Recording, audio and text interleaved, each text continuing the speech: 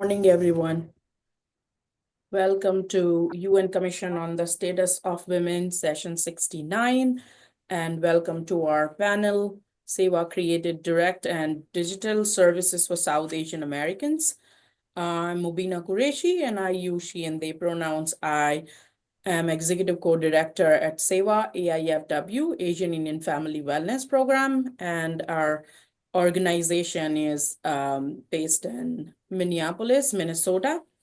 I have my amazing colleagues here, and I would like Dashrath to introduce himself.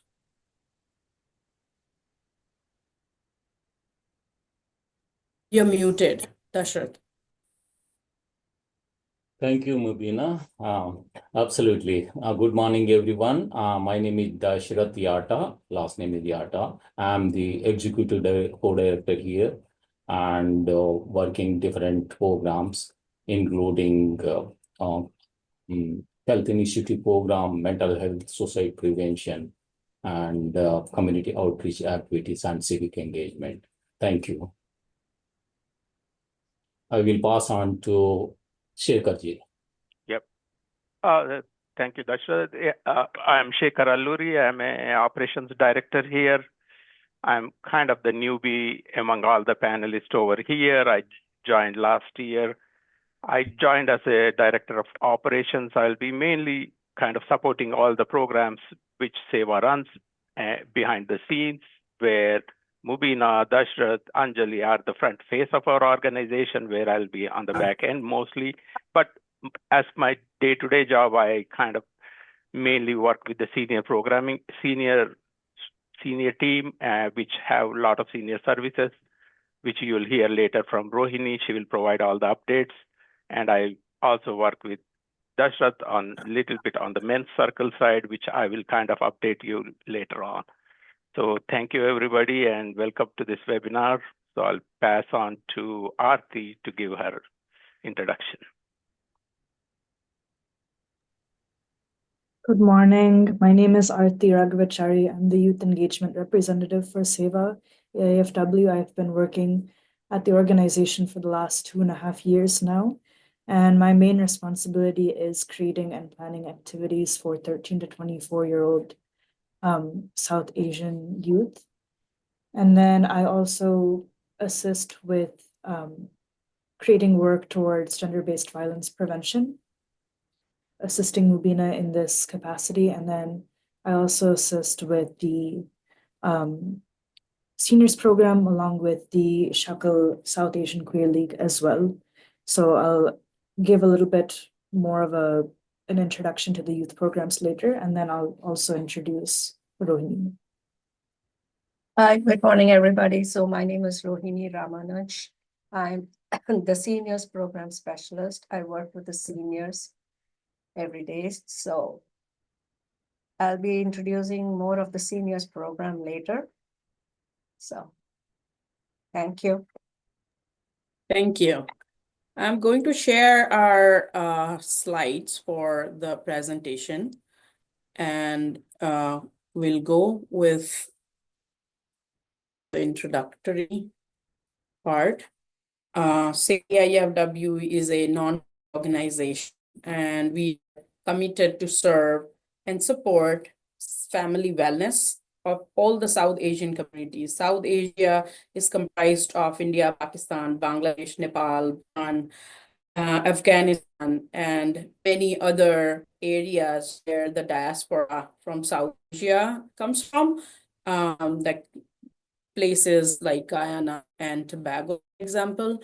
We serve all those diaspora communities from global South Asian regions, and we have many different programs, including family violence resources support. We work as a referral agent as well, where we do not have services like housing, for example. We offer those to the organization as well.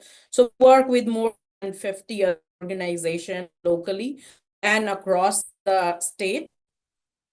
And we have healthcare access, wellness, and we are the largest organization serving the West, and a lot of different programs you will find here. for the entire family. None of the portion of the family is untouched. You will have support for youth. You will have support here for with neurodivergent spectrum. A lot of services for people who are new to the country and are refugees, for example. So there are a lot of different umbrella services, social services for victim survivors as well. Okay, I think, yeah, I need to turn off camera.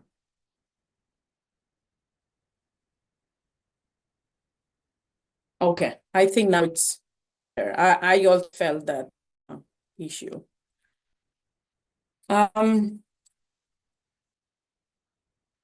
So when we talk about a story, SEWA means to serve in a lot of different South Asian languages, Hindi, Urdu, Punjabi, a lot of other languages. And we were established in 2004. It was a response to domestic violence situation in the community, mainly Indian community back then in 2004. Eventually, the organization had to respond to the crisis and all the different needs of the community. That's where the organization grew into a big organization with more than now 50 different programs and more than 20 people working. That's where the success story is, where you respond to the needs of the community and you create the resources, you create spaces for people to be feel connected and culturally and linguistically appropriate ways. So we will have our next slide, which is me talking about the different programs. And one by one, all of our panelists will go over different programs. We have our 24/7 family crisis hotline. The number is on the screen. I'll repeat 9292900. That's our 24/7 crisis line where people can call for any service that they need, whether it's domestic violence situation, whether they need help with some sort of immigration issues, or they need support with their family, or any sort of mental health issues or health issues in general. Have all different programs, a kind of an umbrella organization, a lot of different programs. I'll discuss more about domestic violence, sexual assault survivors, violence prevention and intervention program, as I oversee all the programmings related to gender-based violence, prevention and intervention work, all gender-based programming. We do serve victims and survivors of domestic violence, sexual violence, stalking, abuse, seniors abuse, abuse, the various intersection abuse that happen in the family and to the people, irrespective of the identity that people carry. So if the person is a queer, they also face the domestic violence. Lot of street women as well, they face domestic violence, sexual violence, and sexual assault. So we do a lot of services in which we support them with emotional support, legal support, pro bono legal assistance. We support them with court accompaniment, for example, a lot of basic needs, including the clothing, for example, and culturally specific clothing in that sense. Have a lot of different artistic healing projects for survivors to heal from the trauma that they have. mentorship workshops, behind the wheel training, and that this one is particularly in a huge demand.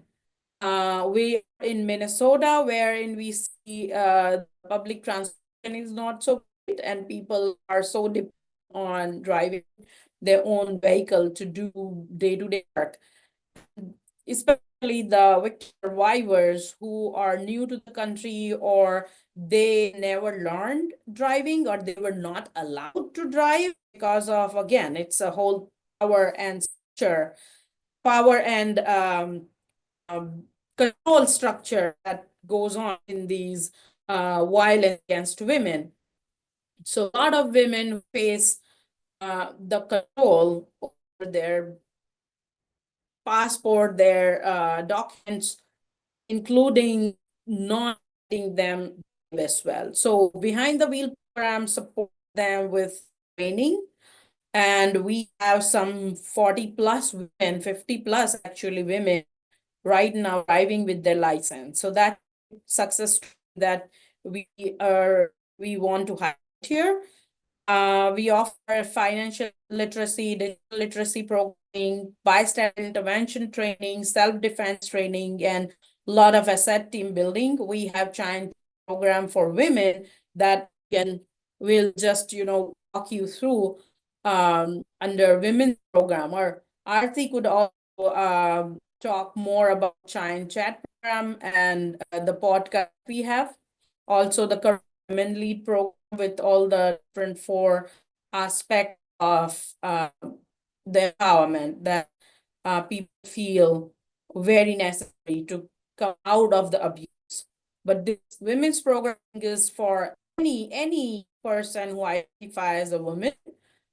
And Giant Chat our monthly meeting with the women, and we bring in a lot of different programs, a lot of different experts to create awareness or bring different skills, healing programs, yoga, a momo making workshop, for example. So a lot of different ways to connect people here. We have in-person clinics, and I invite our executive coordinator Dashrath talk about the person clinics and health initiatives that SEWA offers.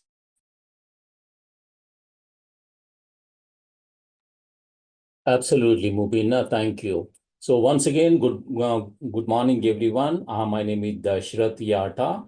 I am here to talk about the Health Institute program of SEWA.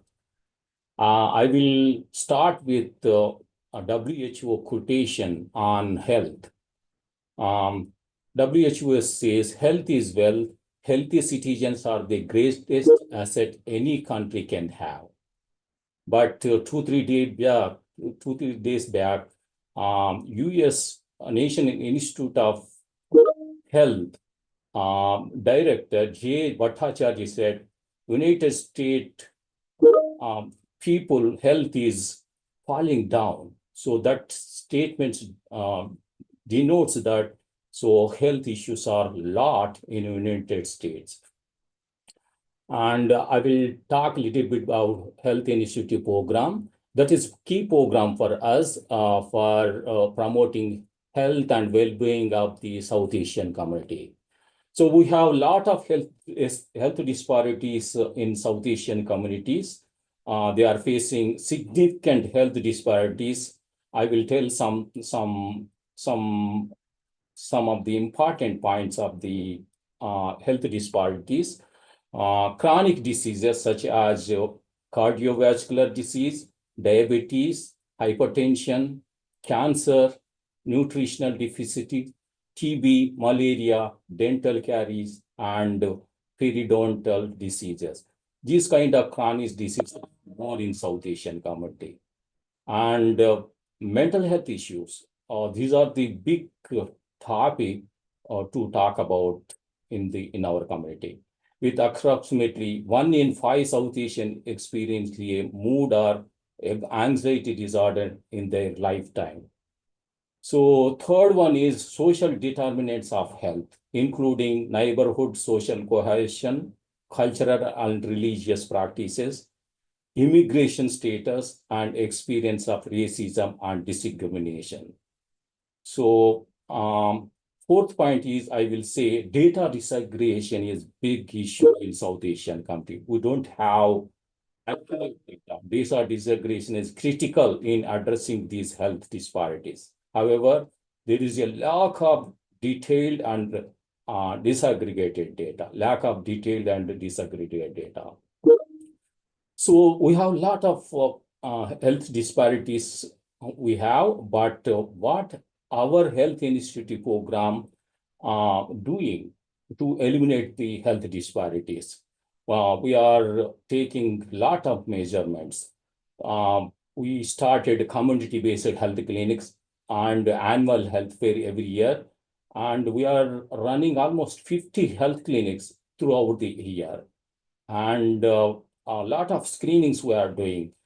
Screenings including blood pressure, blood glucose, A1C, BMI, cholesterol, ECG, and mammograms, and physical nutrition consultation, referrals to low-cost clinics, federally funded clinics. So we are helping this way, screenings and consultation and referrals. Every year we are serving 2,000 people more. We developed a My Desi plate. It's helping a lot to the community, to nutritional diet to the community. And we have COVID-19 education prevention program. We have partnership with the Department of Health for over five years on COVID education, prevention, testing, vaccine hesitancy, long COVID, and recovery activities. So recovery activities, we did a lot, actually, meditation, yoga exercises, health lectures, housing, job resources, mental health consultation, all kind of recovery activities we are doing. And we helped in more than 25,000 people in the vaccination. And we distributed 20,000 PPE distributed. And rapid test kit, it's helped a lot in testing. And last year, we helped 200 plus people to serve our health fair. We are going to our health fair in the month of May again. Next slide, please. Mubina, can you go for next thing? So mental health is the big issue in our community. SEWA provides education and outreach on mental health, stress, depression, anxiety, and anger management, as well as counseling and therapy session. So we serve more than 40, 50 people every year. And we have also suicide prevention intervention program with us. We will do a lot of education and training on suicide prevention and intervention, as well as peer support groups and counseling services. We work with the state and a lot of faith-based locations and public safety department, government departments. So that way we are preventing the suicides in the community. And in the data disaggregation area, we are working with government agencies to engage in policies and advocacy sector also we are working with the government. And community engagement, one of the important program we are doing. We collaborated with health providers like University of Minnesota, Wardham Health, Fairview, Iowa, Homeland Health, Century Nursing College, and a lot of community-based organization and state non-profit organization. We are working with almost 40 non-profit organizations.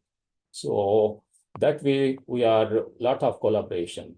And we are also doing the recent research and education, SEWA support, research, education, healthcare in activities. We are doing a lot of research in the health area. So in my conclusions, SEWA Health Institute program is working to address the significant health disparities faced by South Asian community We invite you to join us our efforts to promote health and wellness in our community. So all together, we can make healthy communities. Thank you. Thank you so much. Thank you so much, Mubina. So I'm happy to answer if you have any questions. Thank you, Dashrath. We have senior programs to be discussed and shared more about by Rohini. Hi, good morning, everybody. So in our seniors program, we have the senior social, which we conduct twice a week. That is Mondays and Thursdays, one in person, that's on Mondays, and one on Zoom. And then the level at home, we do some like chores, assist with meal preparation, shopping for groceries and personal item, answering and making calls, help them with any light chores at home, and also helping them with the bills or anything they need. And then the meals are culturally specific to the people, and also they are medically for them medically, if they are diabetic or anything, we prepare meals are different. So we do those twice a week, Tuesdays and Thursdays. And then dementia awareness is we increase awareness by bringing in some professionals to teach them what are the things to look at, and then promote each early identification. Then we do cognitive testing when they are here. We have a therapist who comes here, who is a therapist. She comes and does the cognitive testing. And we also talk to the family, bring them in, and so the professionals can explain to them what to look for and what to do if they are diagnosed. And then we do walk with these. We do meditation and yoga, and we are now starting with SAIL and Matter of Balance. So with these programs, it's helping the seniors with their ability to balance, and they are able to walk around and do things on their own. They have explained that this has helped them a lot. And then with also we play bingo, Bollywood music, we do some dancing with do dandiya dancing. Then we have some art specialist who comes and teaches the seniors how to paint and do some sand art and all those things. And also some professional jewelry making person comes and teaches them how to do that. And then we take them out during from spring to fall. We take them out every once a month, every time there. And we do transportation also for the seniors for with appointment for medical transportation, and also if they need any groceries, and also to pick up medications from the pharmacy. And also we have the for them to improve disease diagnosed with the health issues. We bring them to the health clinics, which are there 3 times a month, 3 weeks a month. So we take them there, or they come here on Mondays and they see the doctor if he is here. So they have the free access to the clinic. And that's about it for now. Next slide, Mubina. So that's what, as we have served 10,000 meals due from COVID time till now, we have served about more than 10,000 meals for them. And then we as I mentioned, we specifically may order foods for people diabetic or even blood pressure patient. And also these are all South Asian culturally specific meals, and all vegetarian meals.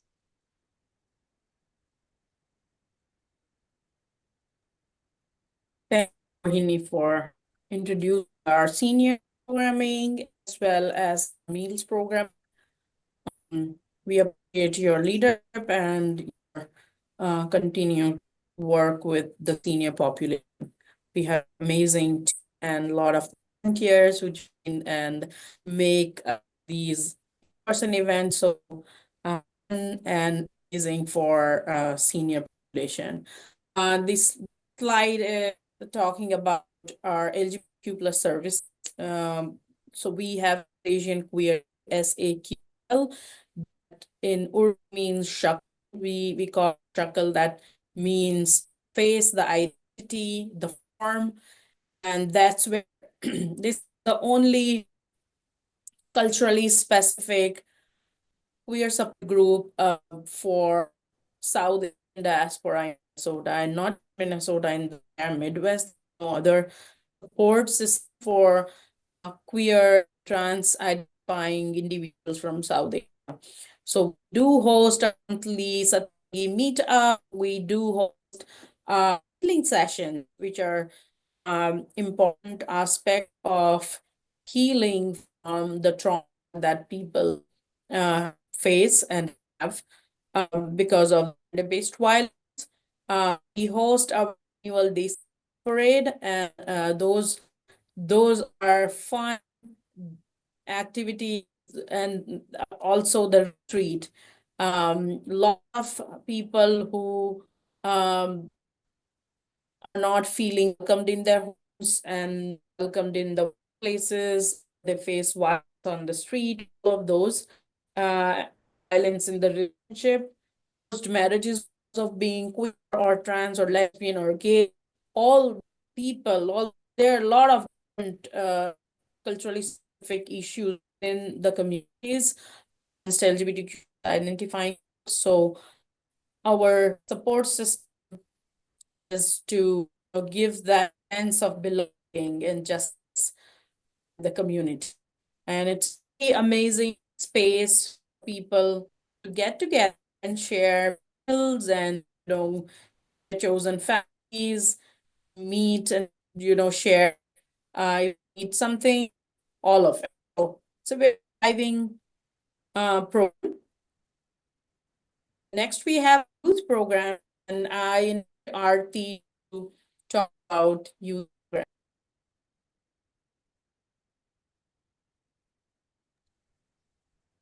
Sure. So the youth program was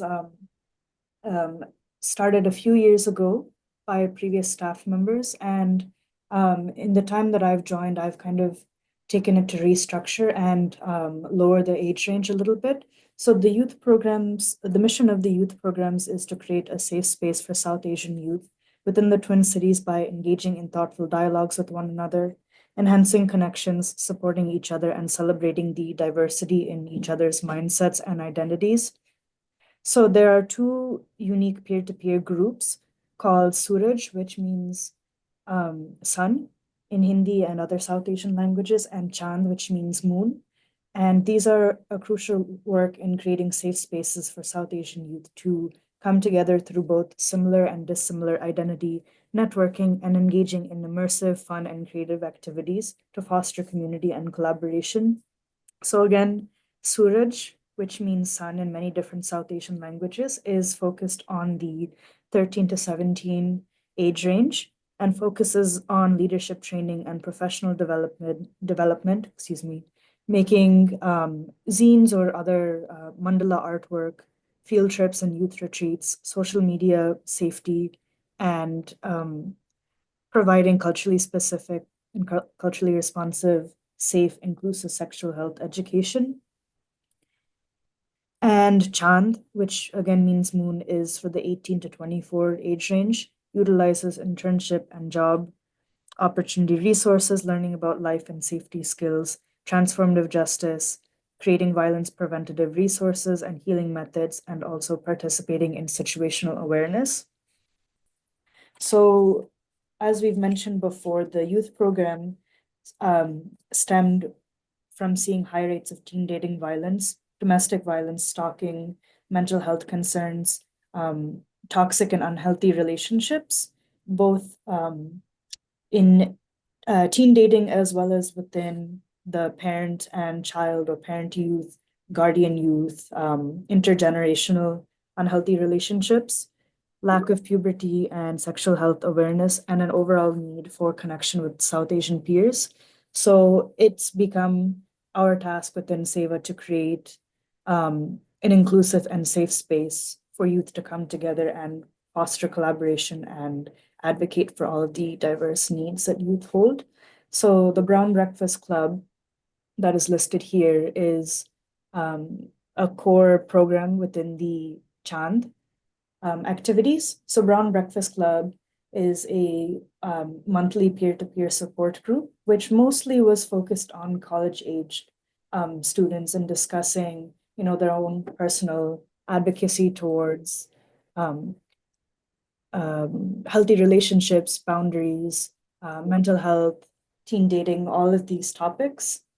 There was also a podcast in the past called Life Without Limca discussing the same issues. We had a pilot book club as well called Baat, which means word or matter in Hindi. And this was also a monthly reading group that we held on Discord in 2023. And yep, and then again, Suraj is the 13 to 17 age range, and then Chand is 18 to 24.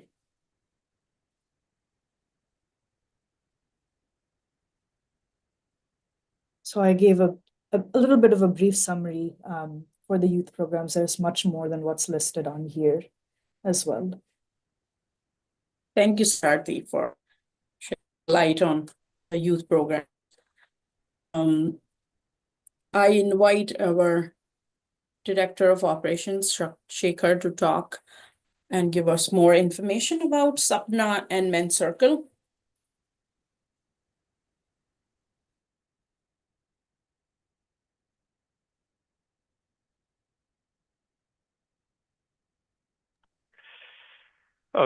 Thank you, Mubina. I have more details on the Men's Circle, but our Sapna coordinator couldn't join. She had an emergency, so she had to leave. So Sapna is mainly a support group for individuals with neurodiverse abilities. We are kind of trying to provide a safe space for the families with neurodivergent kids. And we just have launched this program and slowly building up this program. So we have a dedicated volunteer as well as a employee of SEWA working on this actively. So this is Aarti, can you correct me? It's first Saturday of every month or second Saturday of every month? Yes, it's the so the peer-to-peer support group. Yep. And the parent session, the parent support group is the first Saturday. And of course, our coordinator also does homework help and tutoring every single Saturday as well. So it's basically every single Saturday of the month, there's Sapna programming. Thank you, Aarti. And this came out from the input from the community. We kind of started this program to help those families. So moving on to Men's Circle. Men's Circle, this was also, as I just said, came out of the input we received from the community. We reach out to the community time and again asking about what are the services they are looking for and where can SEWA step in. And that's where one of these programs came in, is South Asian Men's Circle. We call it Prayas. Prayas in Hindi means an effort to rise together. This is nothing but a kind of a peer support group where it's more focused on group discussions based on shared experiences and activities to foster camaraderie. So that's what we kind of do. We do it every third Saturday of the month at our SEWA offices here in Brooklyn Center. During these activities, it's like 3 to 4 hours. We have open forums where we facilitate open discussions about relevant topics like relationships, work, or mental health challenges. Then we have kind of story circles where we encourage members to share personal stories and experiences in a safe environment. So, and then as our members share and kind of interact with each other to support each other and build camaraderie, we also bring in guest speakers. We invite professionals or individuals with relevant experience to share their insight and experiences. So we recently had where we had an expert talk about mental health challenges and how to overcome them, how meditation and yoga can help them in there. When all this happened, we had an immigration attorney talk about immigration challenges and what they should do and what not, what they shouldn't do. And then we also had an expert talk about will and trust and stuff like that. So that's where we bring in more experts to kind of educate our peer network about all the challenges they are facing. So other than kind of mostly based on focusing on shared experiences and other, we also have skill building workshops. Kind of we focus on communication skills. So we how to kind of if I could say, kind of practice active listening, assertiveness, and nonviolent communication techniques, which is kind of an important topic that we feel for men of a South Asian descent as they're coming from the patriarchal society. So we kind of try to build on that. And conflict resolution, learn strategies to managing disagreement and resolving conflicts constructively, and healthy relationship skills, exploring boundaries, communication needs, and fostering intimacy. So we kind of, it's a all-encompassed kind of an activity group where we kind of work on a lot of things, share with each other, kind of to build that support network and camaraderie. Then we also have outdoor activities and cooking sessions. We organize outdoor activities to kind of promote physical health and also build this camaraderie in this support group. And we actively have a lot of cooking sessions. So men from South Asia is coming from patriarchal society. We think learning cooking and sharing with each other is a greater skill which our group can work on. So we actively have those kind of skills. So to kind of conclude, South Asian Men's Circle is to kind of raise the awareness of South Asian men, how to kind of be in a society where they treat women as equal. So that's where we focus on all the activities. If you have any questions, you can kind of put in the webinar chat. I can answer more, but that's the gist of what we do with South Asian Men's Circle Prayas. Thank you. Thank you so much, Shekhar, for sharing information. We do a lot of civic engagement work, and I invite Dashrath to shed some light on our work with our community here in Minnesota. I'm meeting now. Yeah, absolutely, Mubina.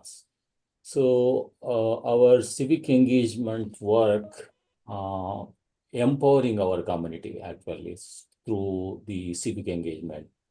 At SEWA, we believe civic engagement is crucial for building a strong and vibrant community. We empower South Asians in Minnesota to participate in the civic process through so we have a lot of institutes we did actually, voter registration. So we are, every election, we are participating the register to vote and shape the future of our state and country. Civic education is one of the important institute. Education resources and workshops on civic issues, voting processes, and community organizing.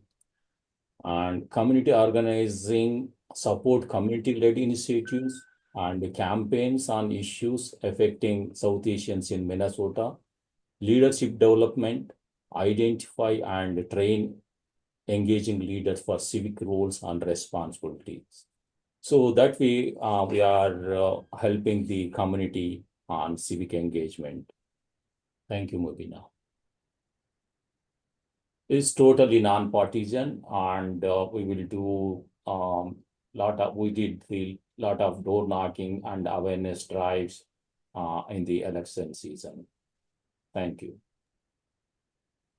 Thank you, Dashrath, for adding that it's a very non-partisan and very bipartisan work.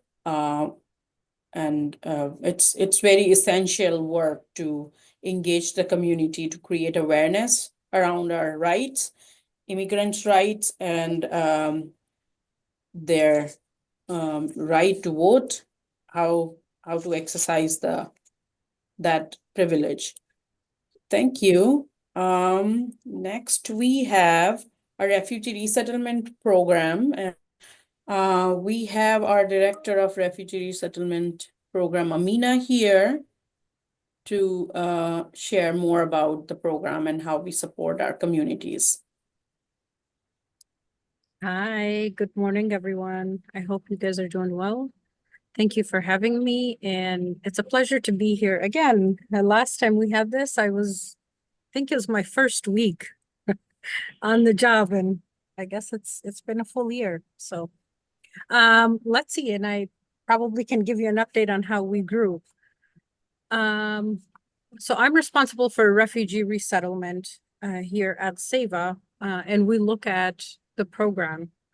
We have multiple programs under refugee resettlement, and I'll go through each one of them separately, but just like how all of our programs are focused on a whole family approach, so is our refugee resettlement services.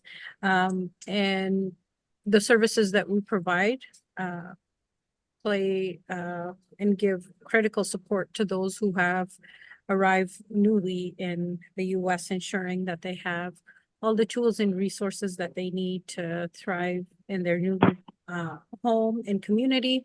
And this is done through like a holistic whole family approach, like I said first. And the areas that we currently have at SEWA are our family resource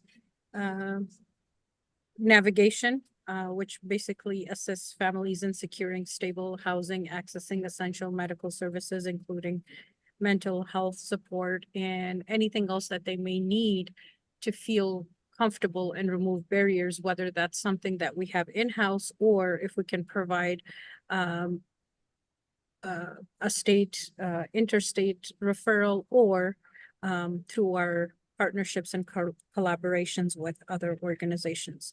And the gist of that is to make sure that cultural and social integration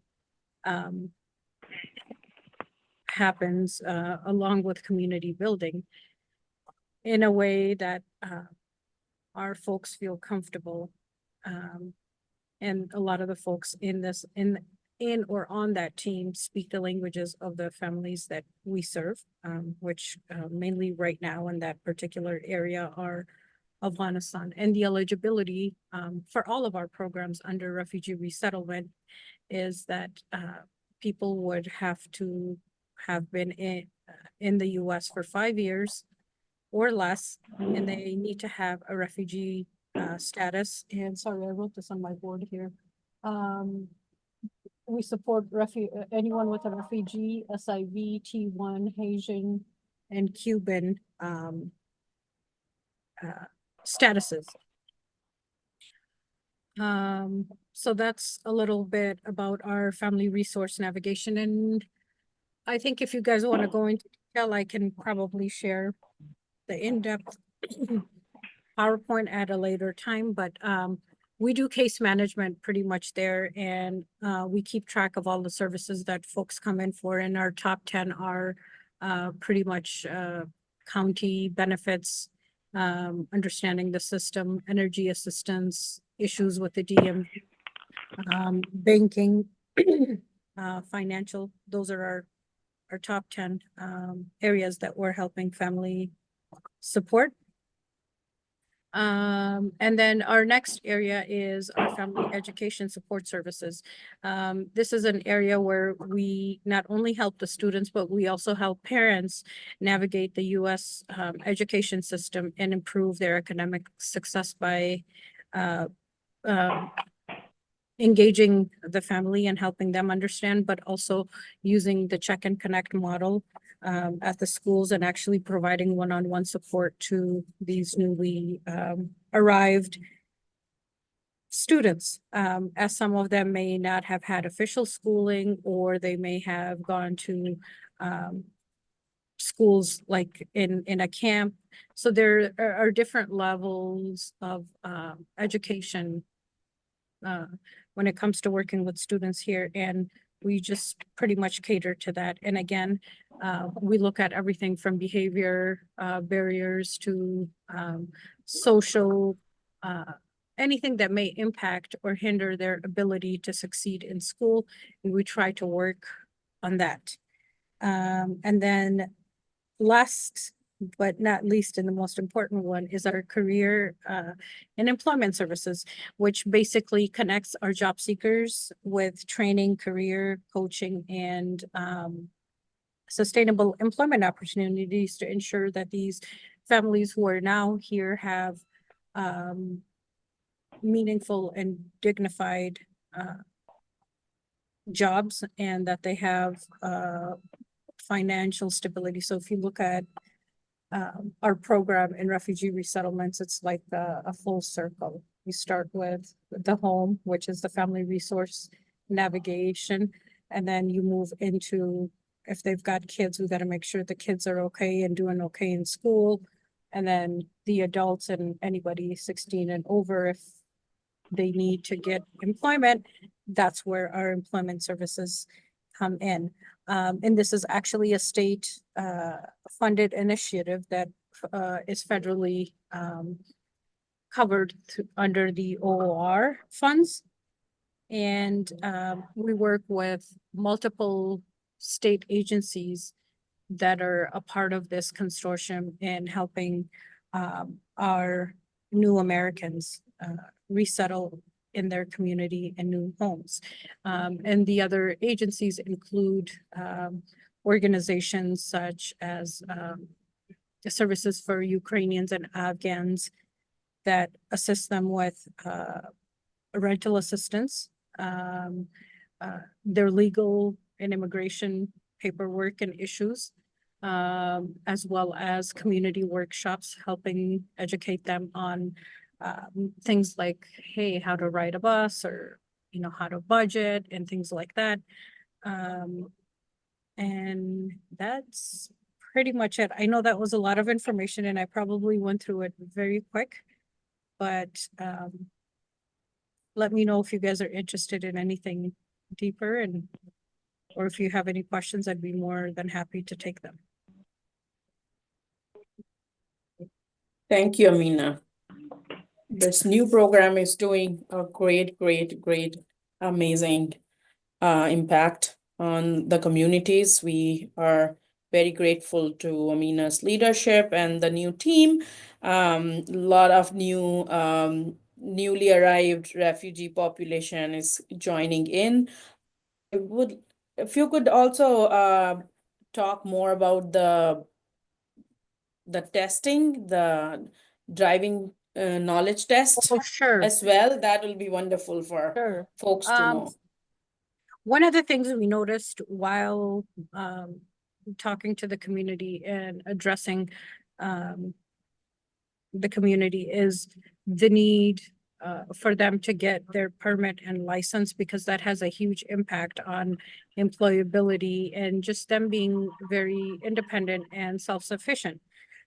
But one of the problems that we were having, especially when Minnesota last October started the driver license for all, the ability to schedule a knowledge test, a driving knowledge test with interpreters, or just in general, even behind the wheel, are really hard to get in.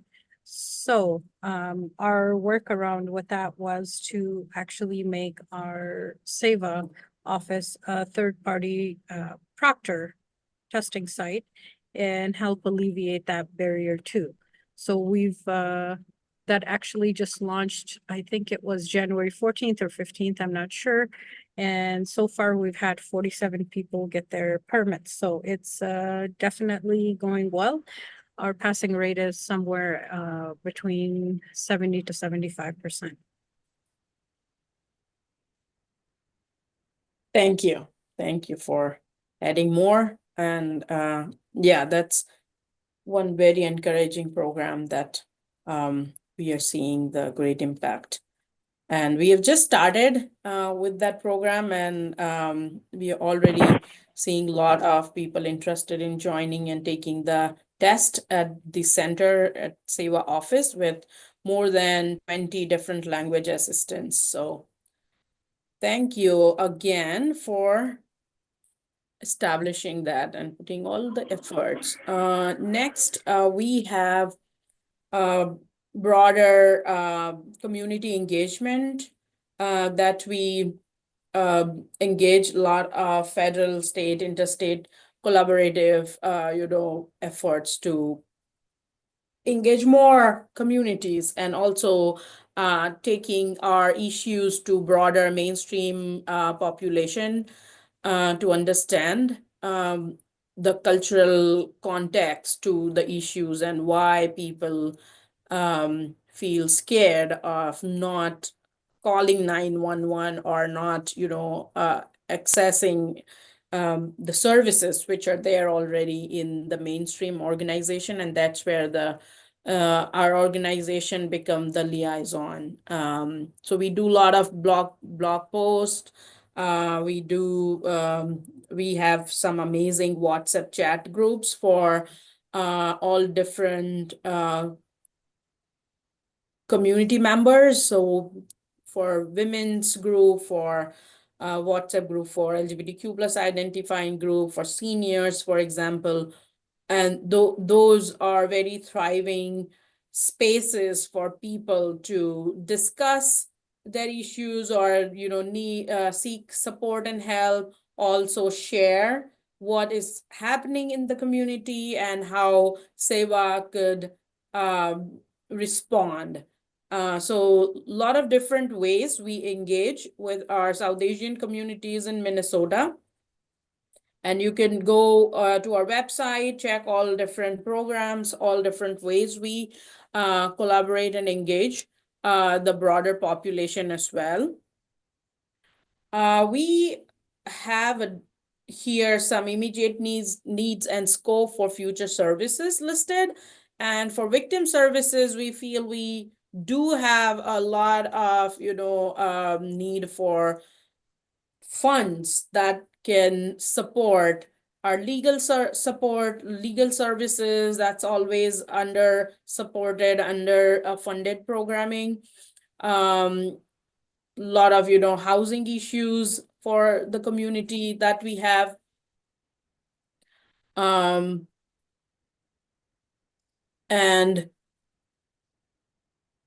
yeah, if you have any questions, feel free to post in the Q&A section, section, and we will respond to those, or you can just post in the chat as well. But yeah, there are many needs that we see.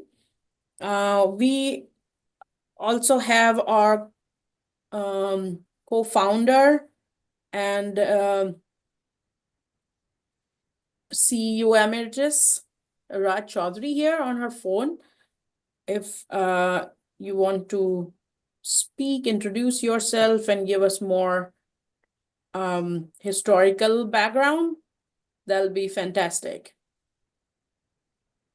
Yes, she had some technical challenges, so she couldn't join using Oh, her she's unable laptop. to talk. Okay.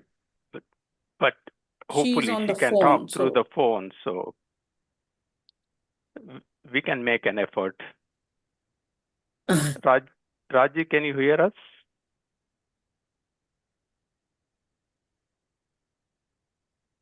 Yeah, seems like Mubina Okay, is having some challenges here. Okay, sure. Okay, so lot of long-term organizational goals that we are hoping to address and expand, uh, mainly to create more research and development around the issues of South Asian communities and the growth here in the Midwest. Creating the housing opportunities and a very different model that we could serve domestic violence and sexual assault victim survivors, women, single parents, LGBTQ plus identifying people, and seniors. So those are long-term organizational goals to work on that we all are passionate about to, continue having a sustainable framework as we are seeing that, this work is so underfunded and always having issues to retain people all different ways. But this is what community work looks like, that you always expand and you always, respond to the needs of the communities. But thank you very much for having us and listening to our services. This is our contact information. For general information, you can reach out, marketing purposes, or if you need to directly talk to our CEO, Anjali, who could not join us today due to the technical issues. But her email ID, Anjali at SEWA-AIFW.org is there. My email ID and Dashrath email ID is also here. But yeah, feel free to send questions and anything that you feel we could respond to. And Mobina, on the chat. Yep. yeah, So- we have a question here. What are the biggest challenges South Asian families face when accessing health and wellness services, and how can we address them? Sure. Dashrath, do you want to respond to that?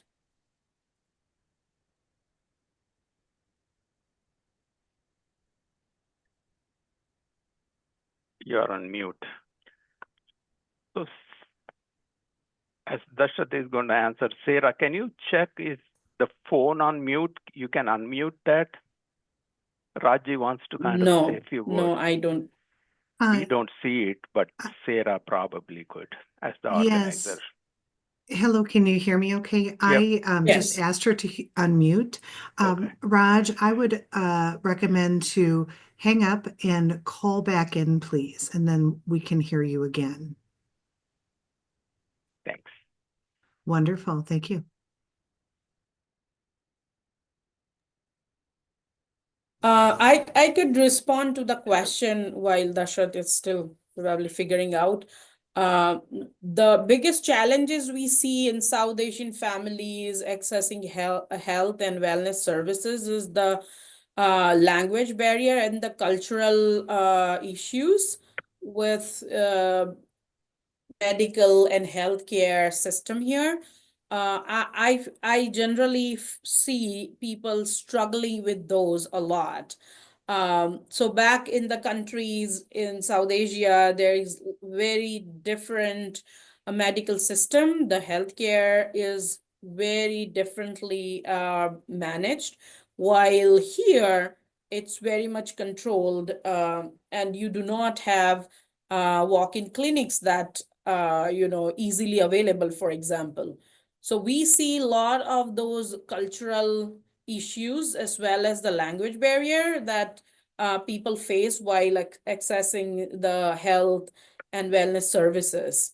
And that's the reason SEWA has been bringing these services to people in faith-based community locations, for example. So this is how we are trying to, build those connections and, bring those services to people. I think Dashrath is also there now to respond to the question. Yeah, absolutely. Sorry for that. No worries. I was attending one call actually. So yeah, good question actually. South Asian families face unique challenges when accessing health and wellness services, especially cultural and language barriers are significant obstacles. as many South Asian individuals may not speak English fluency or may have different cultural beliefs about health and wellness. This can lead to misunderstandings, misdiagnoses, or inadequate treatment also.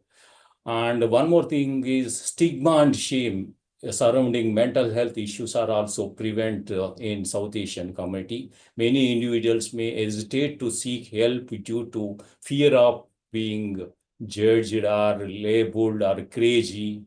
This stigma can be particularly damaging, and mental health issues can exacerbate physical health problems. And as I think Mubina is mentioned, lack of access to culturally competent care also one of the significant challenge, I would say. And socio-economic factors also plays a significant role in limiting access to health and wellness services. Many South Asian families may face financial constraints and a lack of insurance or limited access to healthcare facilities. To address these challenges, we need multifaceted approach. Actually, we don't have capacity, so that we need a multifaceted approach. Increasing cultural competence we want, improve language access we need, reduce stigma is very important. Increase access to care is one of the big issue. We need that one, and promote community engagement is one of the important aspect I'm thinking. Hope I gave a answer to you. Can you hear me now? Yes, yes, we can hear you, Raj. Very clear. Yep. Yeah. Welcome to the webinar.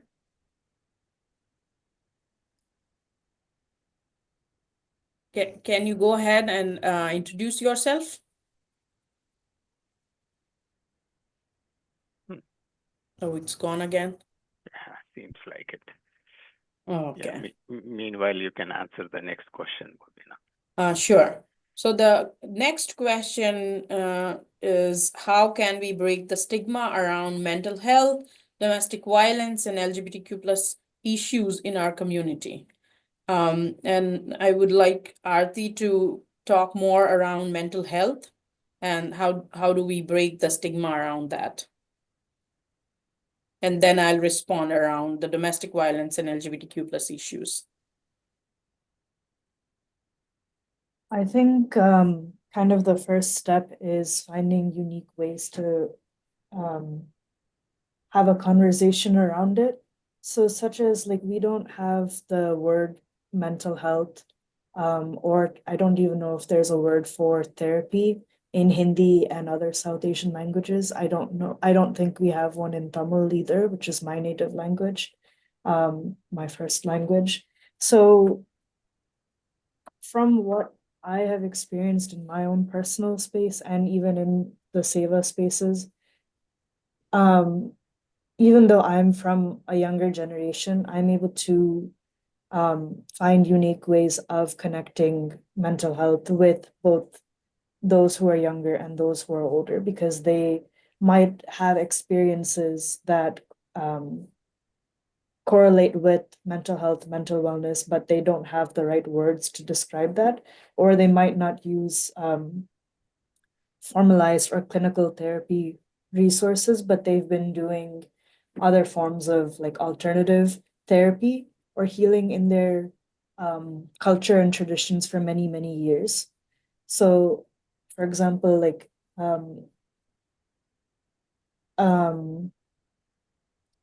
I guess breaking it down into steps, like, for example, with my own parents, I wouldn't just immediately jump to the conversation of starting therapy or talking about mental health. It comes in different ways of first navigating boundaries or first navigating like other components of healthy relationships with them.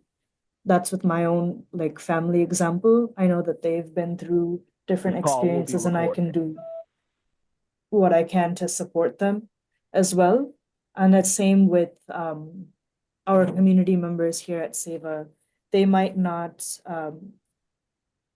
find that US-based mental health services are accessible for them and inclusive of their experiences. So finding alternative ways to provide healing, whether that's like through individual art activities or going back to traditional examples of mental wellness and focusing on the community or on the family, bringing together the whole family unit and engaging in restorative practices with the family. Those are all cultural things that we have done within the South Asian diaspora for many years. So that's, I think, those are many things that SEWA is already doing.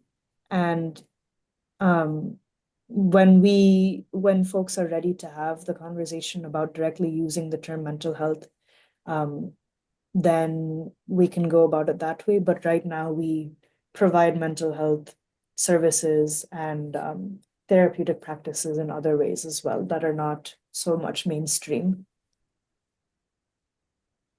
Thank you for sharing that.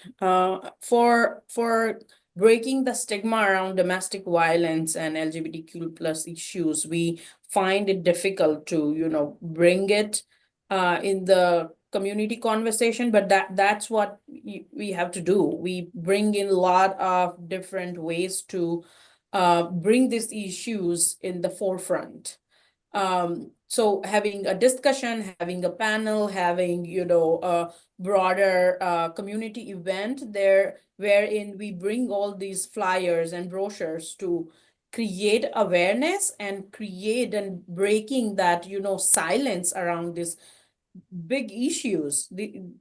Most of the families face all these issues and they do not want to talk about it. And that's where bringing these, issues in different ways, in different conversation is very important. And that's what we do.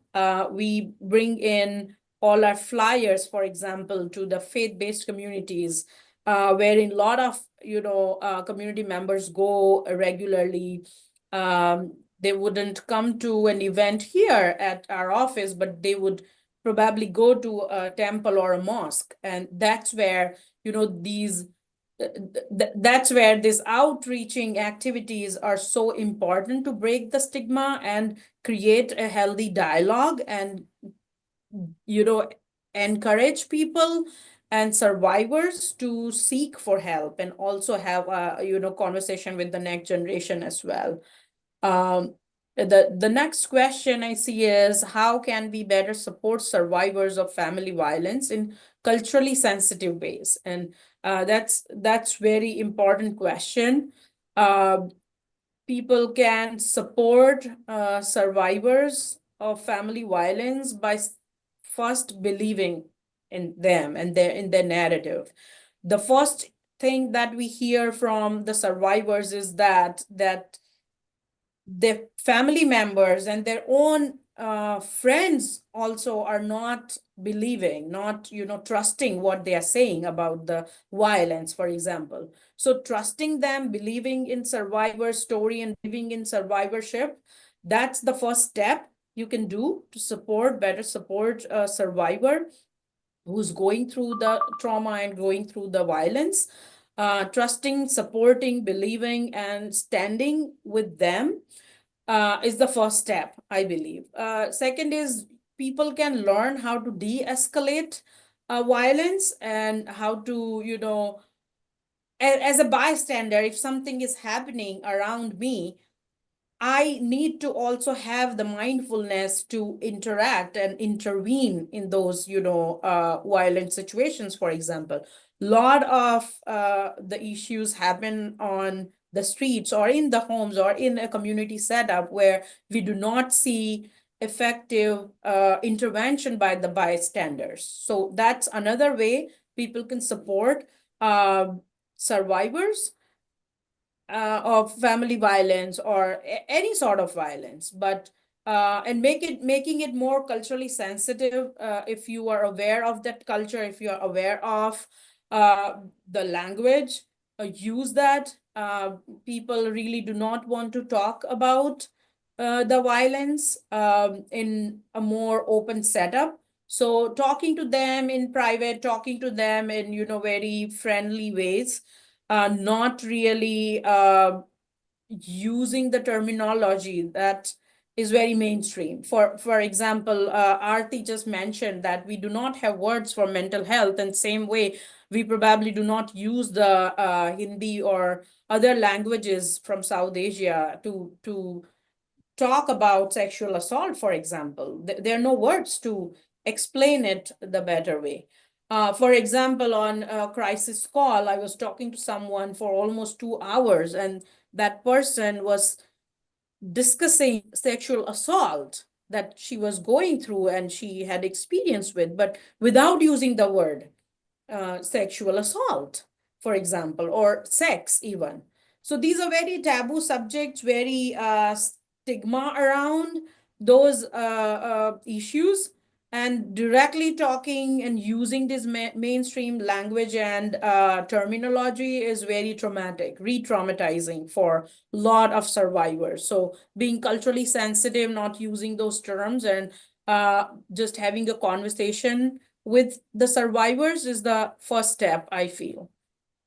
Anyone else would like to add anything? Aarti or Dashrath, Amina, whoever feels Yeah, adding anything add more. one thing, Mubina. Sure. So we are collaborated with the community-based organization as well as faith-based location, serving diverse community to ensure culturally sensitive support. So we are getting cases from the temples, mosques, and churches also sometime. So it is giving diverse community to ensure culturally sensitive support. So that is a major collaboration we have. So it's working. Yeah. I think, Mubina, you emphasized on two important things, I think, is believing in them and then removing the stigma around those issues. Those are, I think, are the main two drivers how we can help anybody and everybody on these subjects. There's one more, Mubina. Yeah, there's one more question in the chat. Thank you, Dashrath and Shekhar, for your input.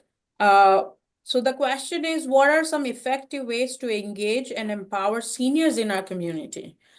And Rohini, would you like to respond to that question? Yeah, I think for the seniors, I think when we give them all the information they need and we teach them what they can look for and who to get to, will also Mubina, you can also interject. Yeah. Go ahead, So Rohini. So Sure. when we give them all the things, way how to get over this, and we help them to talking to us before is the first thing, is opening up to us and saying what they need is the first step they have to take. According to our culture, the seniors keep it inside them. That's the problem. They don't come out and speak. So unless they would take the first step of coming and talking to us, saying, this is what is going along, this is what is happening, what can I do? That is the first step for the seniors to get engaged and empowered.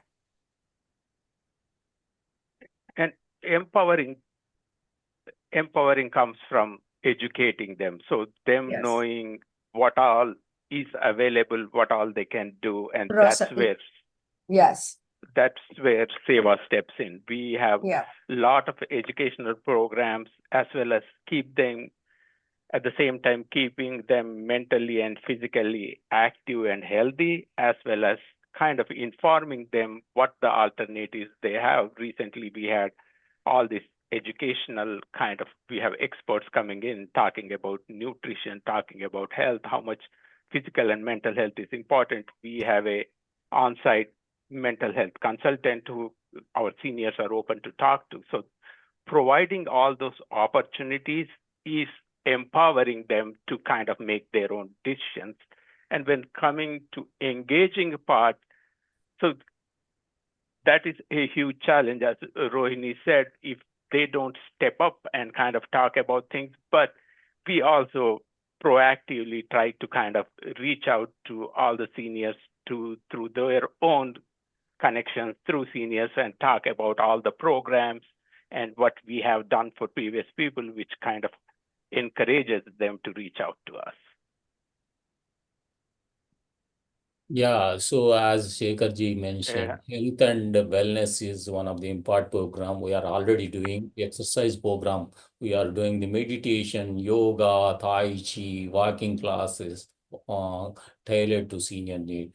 And health education continuous process. We are providing a workshop for healthy eating, disease management, and mental health, and facilitating connection to healthcare service, including transportation we are giving, right? Transportation, appointment scheduling. Yes. And social connection also one of the important factor we are doing.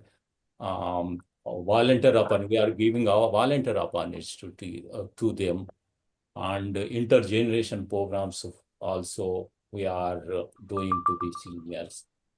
And lifelong learning, education workshops for technology learning, history, and some lectures, online resources, all is comes under lifelong learning. Thank you, Dashrathi. Yep. Great points.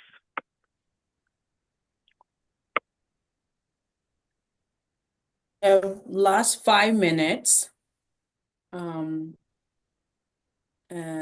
for the final thoughts, if we could turn our cameras on and and last thoughts, our final thoughts about the services and serving South Asian diaspora in Minnesota, in Midwest.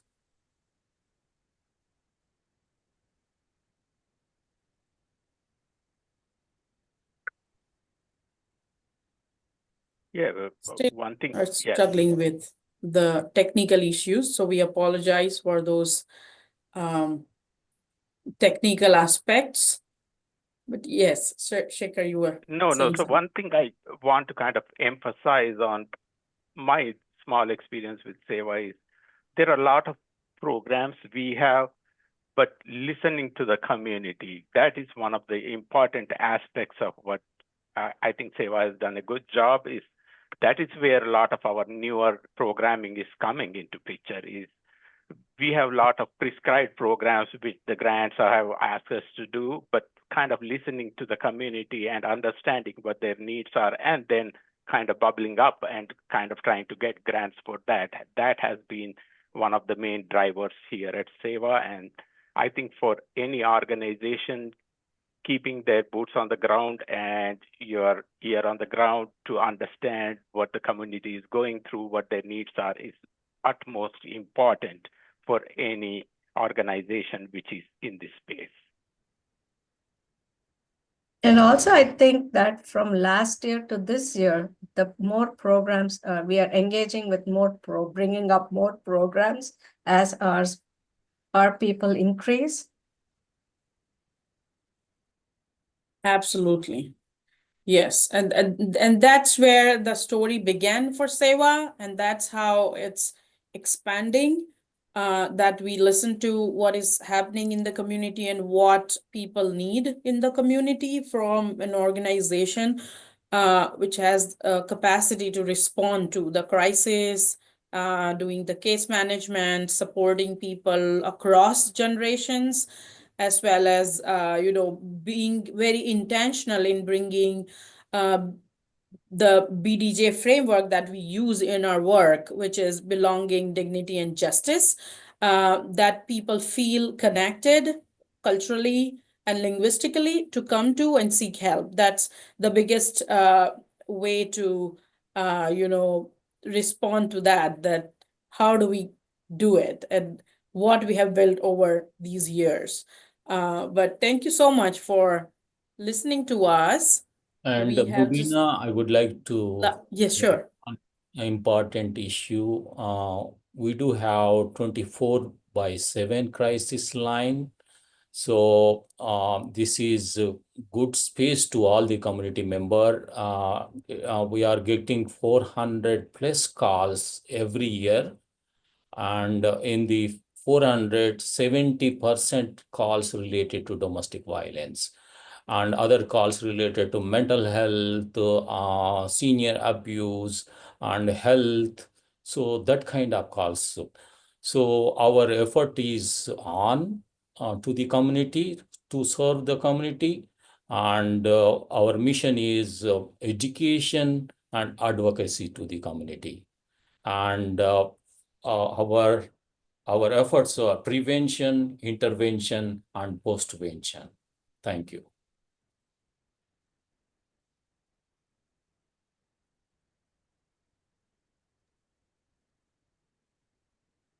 Thank you, everyone, for introducing your programs. And we are very proud of our team and all the volunteers, all our board members, to always be there and be part of the solution, and respond to the crisis and the needs of the community and Twin Cities and across Minnesota. At SEWA-AIFW, we are grateful for this opportunity to be here and share our programs and how we support our communities. If we have our website, www.sewa-aifw.org, available for any questions people have. We also have 24/7 chat line on the website to ask questions or immediate support people need. We are intentionally working on eliminating barriers from people to seek help and support. Thank you again. And it's, I think, time to close. Thank you. Thank you, everyone, for being on the panel today. We have recorded this session, and once it's available, I will provide a YouTube link to the One Run YouTube channel. So thank you all so very much. And you can follow up with me if you have any additional questions. But I think we are at time, and Mubina, if it works for you, we'll close the webinar. Thank you so much for hosting. Yep. Thank Thanks you. for hosting. Thank you very much. Thank you.